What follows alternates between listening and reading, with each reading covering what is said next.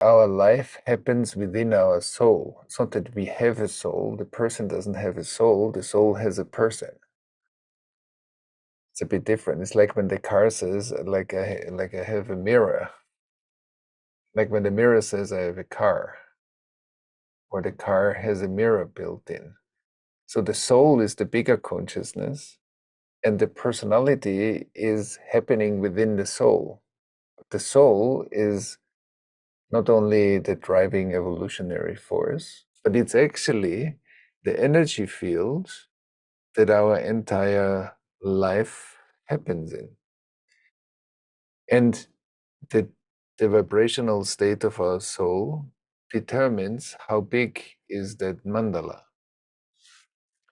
But it's not only important how big that is, it's important that through living a life of contemplation, which means making space. So one practice is practicing spaciousness, because when I'm too scared, which means it's not safe enough for me in life, then I also can't make a lot of space, because being is dangerous.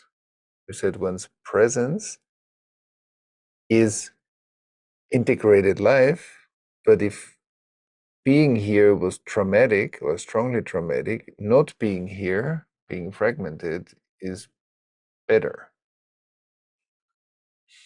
And so through our inner work, the aspects of me that are traumatized slowly come back and get integrated into the whole. And so it needs some sort of safety to allow myself or tolerate deeper sensing. And the more we establish the deeper sensing, we also develop something that I said at the beginning is my body becomes either again or is, depends what my biography was, is actually like a joyful land. Wherever I enjoy my body, I'm enjoying also the land. Because I believe there is no difference between the land and the body. The body is the access to the land. So when we feel embodied and we can rest in the body, means it's safe enough to be in the body, then the body becomes, from being a very activated, stressful place, becomes more and more again a joyful place that I can rest in. And enjoyment is presencing, is resting in the land. But it also means that I bring the light of my soul, like the energy, the illumination quality of my soul, the consciousness, through my body, into the land. Because we are all part, like we're all part of the planet. And so when my consciousness saturates my physical body, it also saturates part of Earth, of the planet. And that opens up subtle capacities. So the more we deepen our awareness into resting in the body, like when it becomes safer in the base, more of the subtle sensing opens up. Sometimes for some people that had a very traumatic history, being out of the body enough opens up some psychic capacities, but those psychic capacities then can't be really grounded in life. They may be very open up, but we can't go in. So it's actually becomes like part of our defense mechanism to be up and out and even highly psychic, but not able to live an organized life in the matter, like, and to enjoy the matter too, to enjoy the substance of life. So in a way, in a let's say in a grounded, embodied spiritual practice, we practice both opening up more to the light, bringing more light into the cup of our body, but also opening the body in order to ground it in the soil, like in the mother quality of the planet. But that also opens up the subtle capacities to sense the world. Sensing the world comes through resting in the land of the body, because there is no difference between deep embodiment and the land and nature. And through nature, we are plugged into the biosphere as a data network.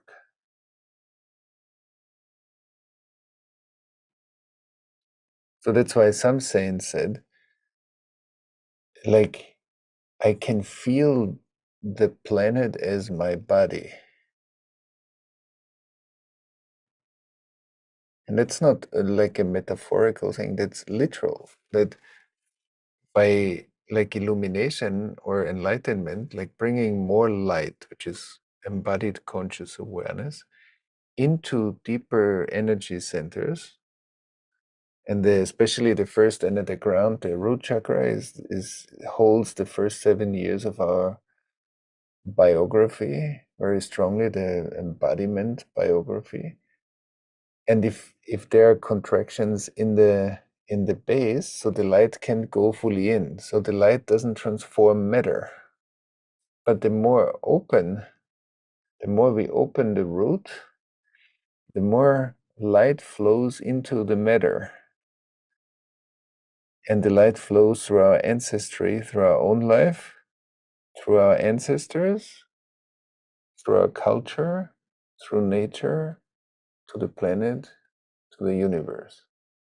And so it actually expands awareness downwards, which means more and more of the world, the physical world, become transcended through embodiment. But it's a step-by-step process. I'm not saying it happens overnight, but what I'm saying is the practice, the towards the ground practice and towards the sky practice, we are practicing both. That's why we often start with, okay, take a screenshot of how you feel to presence your inner state, however chaotic, however quiet, however pleasant, however unpleasant it is. It's a synchronization with the inner state. And then with my breath, I'm regulating my nervous system a bit more and a bit more and a bit more to connect to the resource parts. And from there, I connect to my stress. And if I do this regularly, so I expand the pathways into groundedness, I learn to regulate the stressful, like the stressed parts of my body. And like that, I ground myself slowly more and more. And when I do the light meditation, when I'm a bit more spacious, then from the crown, through my third eye, I channel light into the complexity of my nervous system, maybe into the heart, and deeper down into my belly, then deeper down into my roots, and deeper down into the planet. But what that does karmically, that of course every frozen area in my embodiment is connected to like an area in my life, in my biography, but is also connected to an area in the collective field. So my personal trauma always has an interdependent connection to a collective dimension of the trauma too. They're not separate. And the same is true for my embodiment. And for all my organs are also connected to the planet. And that's why living in a healthy equilibrium with life, like within our soul stream, connects us more to the divine law. And the divine law is basically another way, is an embodied way to describe like an ethical way of living, refining my ethics, the way I speak, the way I act, the way I'm in the world, the way I use resources, the way I treat people, the way I interact with everything in the universe is coming more and more in alignment. And so the one part is the grounding practice, one part is the kind of higher dimensional practice, and one part is the walking practice, like how I walk my life. And that I notice again and again when there are moments when it feels off, what I say, what I do, how I interacted with somebody, that I restore it. And I restore it, or I restore past situations that I couldn't restore then. And like that, I bring more and more light into the mandala of my soul.